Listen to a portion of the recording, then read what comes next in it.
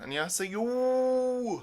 That's right, I'm back. So, still stuck in quarantine. Not here for too much longer, thankfully. But there isn't too much I can do while I'm here. So, I decided I'll make a book about how I used Korean grammar in use, the beginner one, to learn some Korean. And hopefully, you learned something you didn't know before, even if you're far beyond beginner. I've already finished this book, but I find that I need to go back in and review some stuff that I've forgotten. But I guess let me start from the beginning. So, Korean grammar in use, the beginner's guide. The way I've used this one is knowing that everything in here is basically always used. I kind of skipped over the table of contents, only came back to it for later things, as you can see. I marked it just a little bit, but we can get into that later. What I did is I started at the beginning, and I just started going through to find the place that I didn't know, which for me, in the beginning, was the very beginning. You can see I've done some highlighting and things like that, just to learn the basic structure. And I've kind of gone through and done this with every single lesson, filled in these things. So, what I recommend doing is finding the first one of these you don't know, maybe like ida.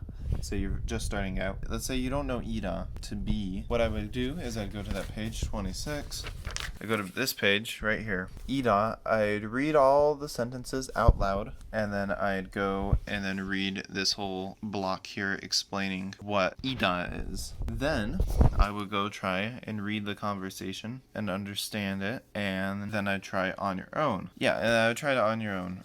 And then normally you might say that's good, but I didn't stop there. What I would do is I would take Ida and I'd write my own 3 sentences down. I'm not going to write them here, but I'd say Ida, and then I'd write another one, leaving room below it. Ida, Ida, just kind of like that. And I'd move on and keep learning some until my hour of study time I had set aside was done.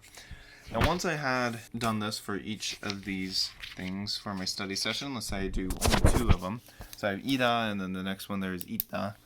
So, ita, and then so on and so forth. Having about 3 sentences of each written down, I would give it to my friend who's Korean, or someone who spoke Korean much better than me, and definitely understood this form. Although I do always recommend having a native Korean check it, and they would correct my grammar, tell me what's wrong, and if they're all right, that's great. I'd maybe try it the next day, write some more practice ones the next day, but if I was wrong, I would still write them, but I would keep going until I got them all right. That's basically the method I used to study this book. Now, I know what you might be thinking, as most people probably aren't as lucky to be, as me, to have friends who are Korean. You might be thinking, well, what do I do if I don't have a Korean I can ask about this? There's a few things. You can always go to the Korean subreddit.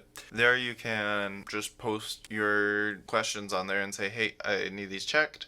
Studying Korean, need it checked.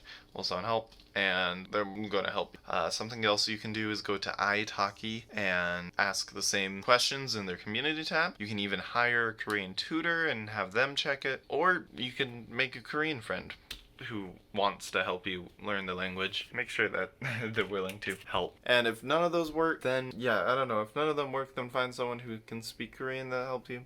And still nothing, then I don't know, do your best. Go back through and double check it yourself and try to make sense of it and just keep going and working like that. Anyways, yeah, that's basically my suggestion for this book, is make sure you go through each one, read everything in it, including example sentences, do it the on your own section, and then beyond that, create your own individual sentences, write those down, and go get them checked. And if you can do that, you'll learn. If you want to go one step further, this is what I did, but isn't as easy when you're not surrounded by Koreans, because I learned Korean while I was in Korea, so surrounded by lots of Koreans. But if you can use this in everyday conversation, you're going to learn it that much faster. So do try that if you can. If not, do your best to use it in situations that make sense. Or I recommend a tutor if you can afford one. If not, that's okay. There's plenty of community things. I'll leave the links in the description.